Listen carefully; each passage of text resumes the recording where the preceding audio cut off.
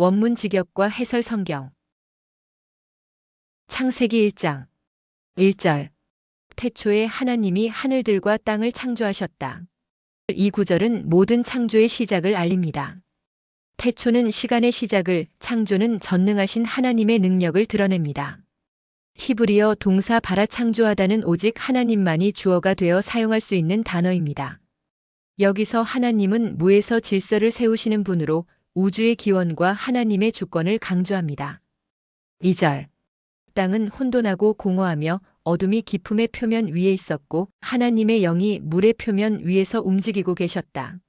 이 구절은 창조 전의 혼돈을 묘사합니다. 혼돈과 공허는 무질서와 생명 없음의 상태를 나타냅니다. 하지만 하나님의 영은 이 혼돈 위를 감싸듯 움직이며 질서를 준비합니다. 하나님의 영은 창조의 시작점에서 주권적으로 질서를 세울 준비를 하시는 모습입니다.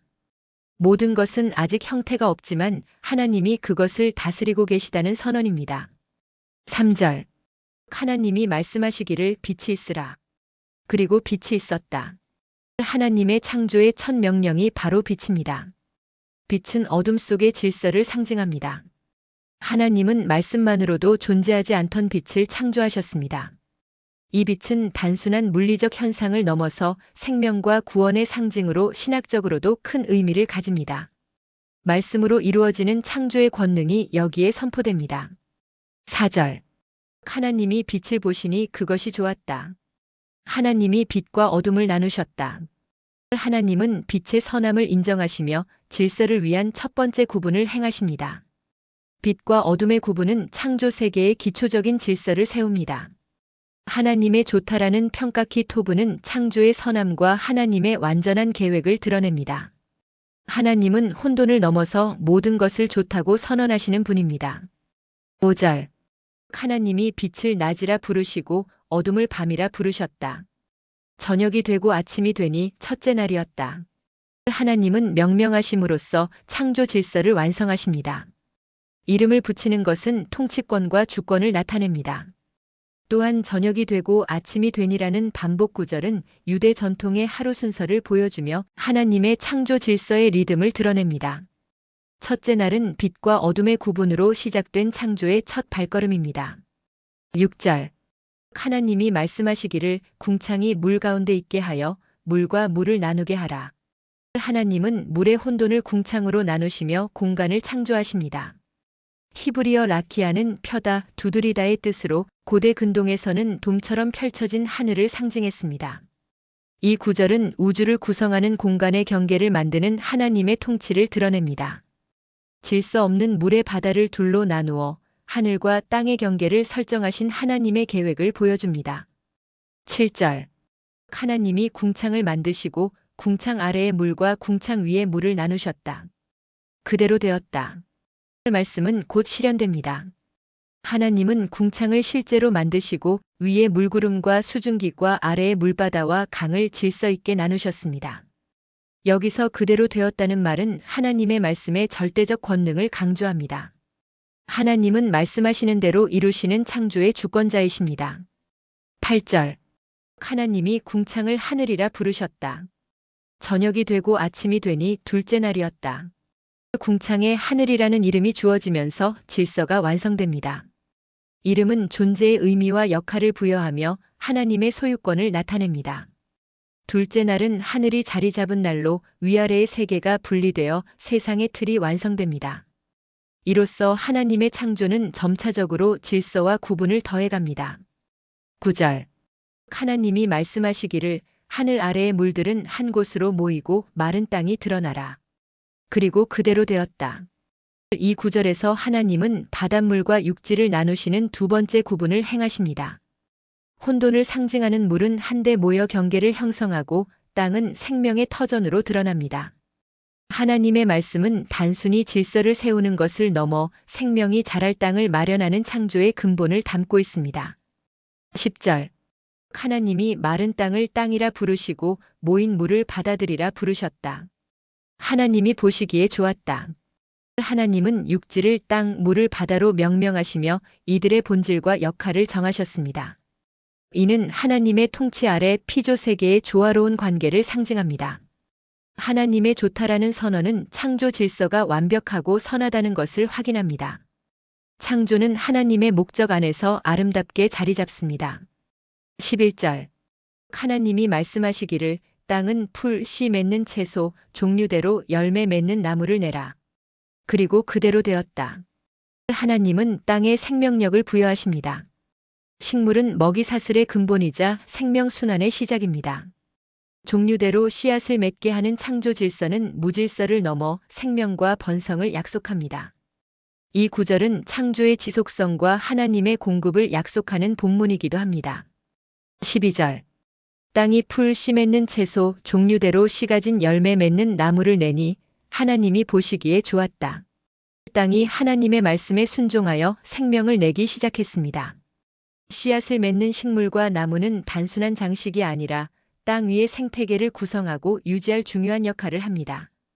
종류대로라는 표현은 창조의 질서와 다양성, 그리고 하나님의 계획 아래 모든 것이 조화롭게 존재함을 나타냅니다. 하나님은 이 질서 있는 생명의 시작을 기쁘게 보셨습니다. 13절. 저녁이 되고 아침이 되니 셋째 날이었다. 셋째 날은 식물이 땅 위에 자라나며 생명력의 근본이 세워진 날입니다.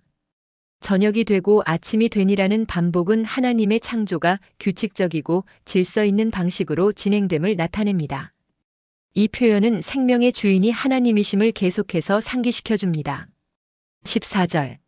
하나님이 말씀하시기를 하늘의 궁창에 광명체들이 있어 낮과 밤을 나누게 하고 그것들이 징조와 계절과 날과 해를 이루게 하라. 하나님은 해, 달, 별을 통해 시간과 계절의 기준을 세우셨습니다. 이 광명체들은 단순한 장식물이 아니라 낮과 밤을 나누고 계절의 변화를 알려주는 도구로 창조되었습니다. 이는 하나님이 인간과 자연을 위한 체계적인 질서를 계획하셨음을 드러냅니다. 징조와 계절, 날과 해라는 표현은 하나님의 창조가 인간의 삶과 긴밀히 연결되어 있음을 상징합니다. 15절.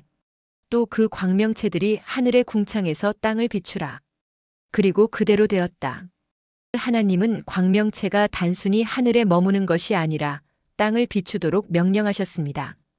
이는 하나님의 창조가 생명을 위한 것이며 자연이 사람과 만물을 돌보도록 설계되었음을 보여줍니다. 그대로 되었다는 말씀은 하나님 말씀의 절대적 능력을 다시금 선포합니다. 16절. 하나님이 두 큰 광명체를 만드셨다. 큰 광명체로 낮을 주관하게 하시고 작은 광명체로 밤을 주관하게 하시며 또 별들을 만드셨다. 해와 달은 고대 근동 문화에서 종종 신격화되었지만 성경은 그것들이 피조물에 불과하다고 명확히 말합니다. 하나님은 이 모든 빛의 근원이 되시며 모든 자연의 주권자이십니다. 해와 달과 별은 하나님께서 낮과 밤을 주관하고 인간의 시간을 지혜롭게 인도하시도록 세우신 시간의 등불입니다.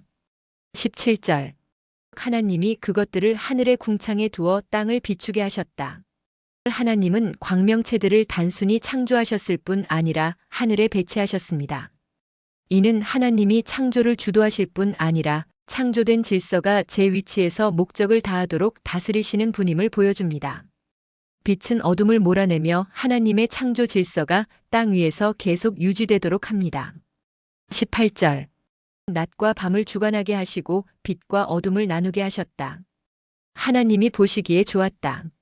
해와 달, 별이 주어진 역할을 충실히 수행하면서 빛과 어둠을 분리하고 낮과 밤의 질서를 유지합니다. 좋았다는 하나님의 평가는 단지 만족을 넘어서 창조의 선함과 완전함을 드러내는 선언입니다. 이는 모든 것이 하나님의 뜻에 따라 온전하게 움직이고 있다는 의미를 담고 있습니다. 19절. 저녁이 되고 아침이 되니 넷째 날이었다. 넷째 날의 완성은 광명체들이 제 역할을 수행하며 시간의 흐름과 생명의 질서를 세우는 것의 의미를 강조합니다. 창조의 단계마다 하나님은 질서를 확장하시며 그 모든 과정에서 질서를 주관하는 분으로 드러나십니다. 20절. 하나님이 말씀하시기를 물들은 생물로 번성하게 하고 하늘 아래의 궁창에는 새가 날게 하라. 이제 하나님은 생명체들이 물과 하늘에서 풍성히 번성하도록 명령하십니다. 이는 생태계의 균형과 다양성을 나타내며 물과 공기의 영역도 하나님의 돌보심 아래 있음을 보여줍니다. 바다와 하늘은 하나님의 명령으로 생명의 터전이 됩니다. 21절. 하나님이 큰 바다 짐승들과 물에서 번성하여 움직이는 모든 생물, 날개 있는 새를 그 종류대로 창조하시니 하나님이 보시기에 좋았다. 이 구절은 하나님께서 생물의 풍성함과 다양성을 의도적으로 창조하셨음을 보여줍니다. 특히 큰 바다 짐승은 고대인들이 두려워하던 존재이지만 하나님은 그것마저도 자신의 창조물로 다스리십니다. 하나님은 바다와 하늘의 피조물을 보며 그들이 자신의 질서 안에서 역할을 감당하는 것을 기쁘게 바라보십니다. 22절. 하나님이 그것들에게 복을 주시며 생육하고 번성하여 바닷물에 충만하라. 새들도 땅에 번성하라 하셨다. 하나님은 첫 번째 축복을 주십니다. 생물들에게 번성과 충만의 명령을 내리시는 것은 하나님의 창조 목적이 생명과 기쁨의 확장이기 때문입니다. 생물들이 바다와 땅을 채워나가는 모습은 창조주 하나님의 생명에 대한 풍성한 계획을 나타냅니다. 23절. 저녁이 되고 아침이 되니 다섯째 날이었다. 다섯째 날의 완성은 물과 공기의 생명체가 하나님의 복을 받아 번성하는 장면을 마무리합니다. 하나님의 창조는 단지 존재하게 하는 것에 그치지 않고 생명과 풍성함의 확장으로 이어집니다. 24절. 하나님이 말씀하시기를 땅은 생물을 그 종류대로 내라 가축, 기는 것, 땅의 짐승을 그 종류대로. 그리고 그대로 되었다. 이제 창조의 초점은 땅 위로 옮겨집니다. 땅에 사는 모든 생물이 하나님의 말씀에 따라 질서 있게 나타납니다. 종류대로라는 반복은 하나님의 창조 질서가 무한한 다양성을 품고 있음을 상징합니다. 25절. 하나님이 땅의 짐승을 그 종류대로 가축을 그 종류대로 땅에 기는 모든 것을 그 종류대로 만드셨다. 하나님이 보시기에 좋았다. 땅 위의 모든 생물들은 하나님의 뜻을 따라 만들어졌습니다. 그들이 하나님의 질서를 따라 살아가는 모습은 좋았다는 하나님의 평안과 기쁨의 표현입니다. 땅 위의 생명체들 역시 하나님께서 보시기에 기쁜 피조물입니다. 26절. 하나님이 말씀하시기를 우리의 형상대로 우리의 모양대로 사람을 만들자. 그들로 모든 것을 다스리게 하자. 하나님의 창조의 절정인 사람의 창조가 시작됩니다. 우리의 형상은 공동체적 성격과 하나님의 대리자로서의 인간의 독특한 위치를 드러냅니다. 하나님은 인간에게 모든 피조물을 돌보고 다스리는 사명을 주셨습니다. 이는 인간의 고귀한 소명과 동시에 하나님의 대리자적 책임을 함께 나타냅니다. 27절. 하나님이 자기 형상대로 사람을 창조하시되 하나님의 형상대로 그를 창조하시고 남자와 여자를 창조하셨다. 이 구절은 인간의 창조가 하나님의 형상과 모양이라는 위대한 가치로 이루어졌음을 강조합니다. 성별은 인간의 동등한 존엄과 상호 보완적 관계를 드러냅니다. 인간은 하나님의 형상으로 창조된 특별한 존재이며 세상에 하나님의 성품을 드러내는 사명을 맡습니다. 28절. 하나님이 그들에게 복을 주시며 말씀하시기를 생육하고 번성하여 땅에 충만하라. 땅을 정복하라. 모든 생물을 다스리라. 하나님은 사람에게 첫 축복과 사명을 주십니다. 이는 단순한 생존이 아니라 생명을 확장하고 세상을 하나님의 뜻에 따라 다스리는 책임을 말합니다. 하나님의 형상을 따라 창조된 인간은 이 복을 누리며 세상을 아름답게 관리하는 청지기적 소명을 받습니다. 29절. 하나님이 말씀하시기를 내가 온 지면에 씨 맺는 모든 채소와 씨 가진 열매 맺는 나무를 너희에게 준다. 너희의 먹을거리가 되리라. 하나님은 창조의 마지막에 인간에게 필요한 모든 양식을 공급해 주십니다. 이는 하나님의 공급자 되심을 상기시킵니다. 또한 이 구절은 인간과 자연의 조화로운 관계, 하나님의 배려가 담겨 있음을 보여줍니다. 30절. 또 모든 짐승과 새와 땅에 기는 모든 생명체에게는 모든 푸른 풀을 먹이로 주노라. 그리고 그대로 되었다. 하나님은 인간뿐 아니라 모든 피조물을 돌보십니다. 푸른 풀은 모든 생물의 생명 유지에 필요한 공급원으로 하나님의 보살핌이 창조의 전 영역에 미치고 있음을 나타냅니다. 31절.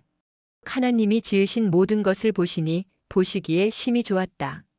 저녁이 되고 아침이 되니 여섯째 날이었다. 하나님의 창조가 마무리되는 장면입니다. 심이 좋았다는 말은 창조의 완벽함과 하나님의 기쁨을 표현합니다. 창조는 단순히 있는 것이 아니라 하나님의 목적과 기쁨을 가득 담은 작품입니다. 여섯째 날의 마무리는 하나님의 창조가 질서와 풍성함으로 가득 찬 샬롬의 상태로 끝났음을 선언합니다.